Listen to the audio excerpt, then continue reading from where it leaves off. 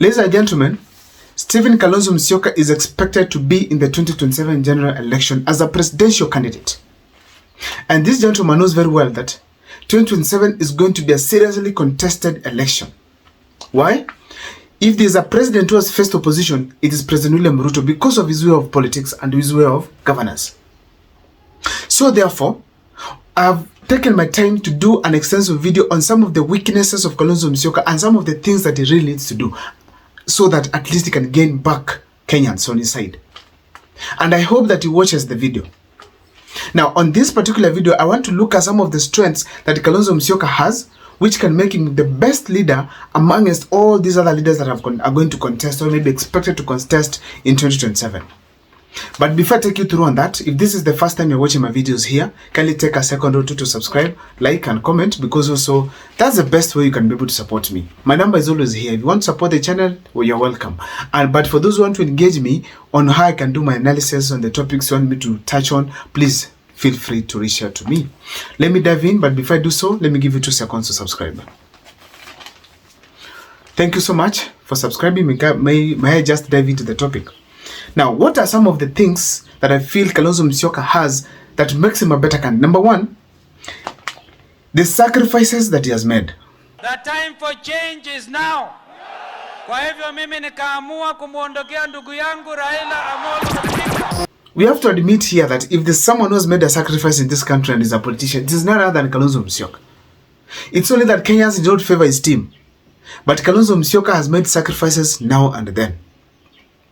2013, despite being the Vice President of the Republic of Kenya, he opted to support Raila Amolo Odinga, who was actually probably junior or maybe say a Prime Minister.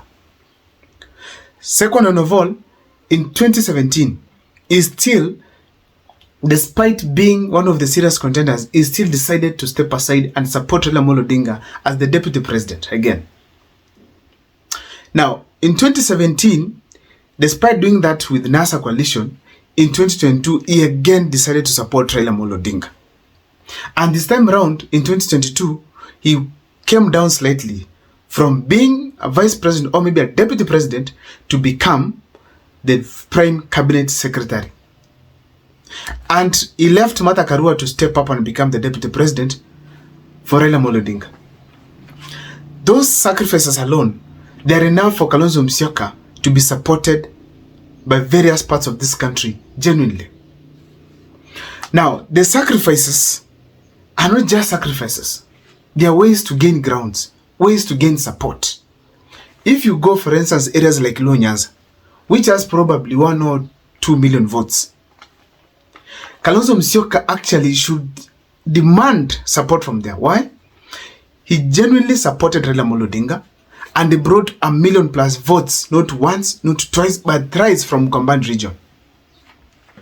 That alone is enough to get support from Luo Nyanza.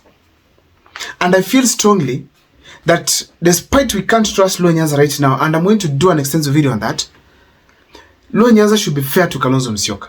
Support him and support him more than even they did to Raila Amolo Odinga. Because the sacrifice that Kalonzo Musyoka has done to those people, it's enough. Leave alone the rest of the country that support Raila Amolo Odinga. And if there's somebody who should be very fair to Kalonzo Musyoka, it is Raila Amolo Odinga.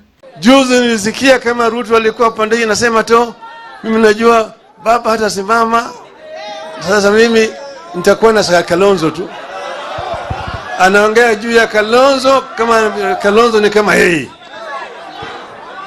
Kalonzo ameshinda bwana Ruto mara 10. When Kalonzo supported him, Kalonzo was not given cabinet secretary seats. Raila Amolo Odinga did not have any government. He did it genuinely. And actually did it once, the first time, the second time, and the third time. So therefore, Raila Amolo Odinga should be fair enough to Kalonzo Musyoka and genuinely support him. Because he sacrificed. If Kalonzo Musyoka wanted, he could have become a very good candidate, or maybe could have right now been the cabinet secretary, or maybe a chief cabinet secretary, or even foreign affairs, or even a speaker of either Senate or National Assembly under William Ruto's government. But because of the respect and the friendship, because of these sacrifices, Kalonzo Musyoka is not in government. But Raila Amolo Odinga is there, enjoying the government, while Kalonzo Musyoka is outside the government. So therefore, Raila Amolo Odinga must be very fair to Kalonzo Musyoka. against all odds, is the person he should support. So the sacrifice Kalonzo has made should give him the votes. Has given him actually some base to start from. And is able to negotiate across the country. If you go to the coast, the support they have for Raila Amolo Odinga, he has the right to demand support as well. If he goes to Luo Nyanza, he can demand. Kisi, he can tell us. If he goes to other parts of the country, like Ilsok of the Maasai region, he can. So therefore, that is enough Kalonzo Musyoka to go for presidency. Number 2 is scandalous. Scandals are all over. As we speak today, most of the politicians in the opposition and the government have scandals. But Kalonzo Musyoka, if you look at him, there's no serious scandal that can be attributed to him. That is very common. If you look at Gachagua, scandals are there. If you look at someone like Matiang'i, there are some.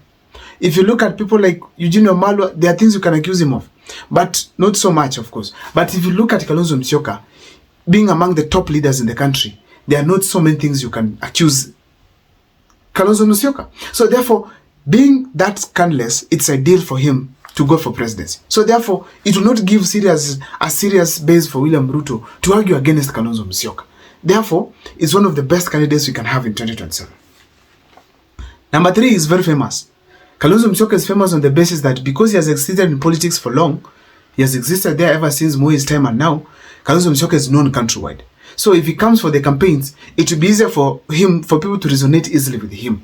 So he just needs to correct the things I did in another video, and then people will be able to accept it because people know him across. Now, another thing I have to say here, he has the Ukambani backing.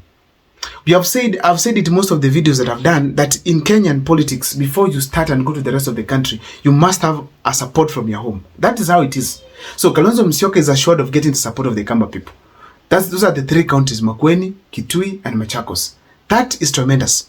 And if you check at the Kambas who are in Nairobi and Mombasa, it's enough to propel Kalonzo Musyoka with more than 2.5 million votes. So therefore, Kalonzo having the backyard of the Kamba region, it's ideal for him to go for presidency. So he's able to go outside and negotiate and tell the people, the Kambas have supported me.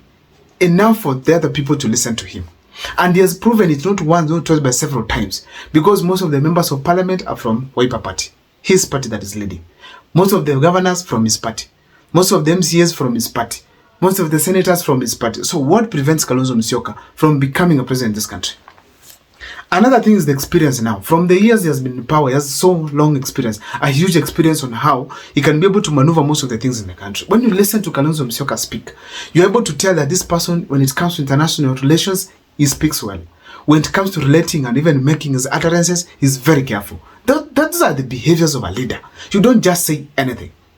He cannot be the caliber of Gachagua, who hits the nail on the head. Bang! He cannot be like people like Oscar Sudi. He has to reason different. He's not so direct. So that kind of a way he comes out. Despite some people confuse it to be being a watermelon, it is a way a leader should behave. To some extent, we have to say that. But more especially, it is good when you are in leadership, not when you are in opposition. But that behavior, it's statesmanship. Also, Kalonzo Musyoka is well connected. Locally here, he has engaged with so many leaders. And most importantly, he has created more friends. When he supported Raila Amolo Odinga in 2022, it was under the instigation of Uhuru Kenyatta. Uhuru Kenyatta talked to him, sweet-talked him, and eventually Kalonzo decided to support Raila Amolo Odinga for the 3rd time consecutively. That was okay. Now, he has the right to go and tell Uhuru Kenyatta, my brother, you listened to me like I listened to you last time. Now I'm back and I want to go for the presidency. Raila Amolo Odinga is no longer there. You're also not going to run. Kindly help me get funds and support me to go for the presidency and win the seat. He has the right to do that because he has been listening before. So it is time for him to get that support back. So the Raila Amolo Odinga team and Uhuru Kenyatta, they're indebted. They need to support Kalonzo Musyoka. There's no option because he has been supporting them. Now, I'm doing this video being generous, being fair. Why? I know we have many candidates who are even better than Kalonzo. But when it comes to Kalonzo Musyoka, when you assess him as an individual, those are some of the things I feel that he has as strengths to propel him for the presidency. See you next time for more videos on the comment section. Please let me see what you think.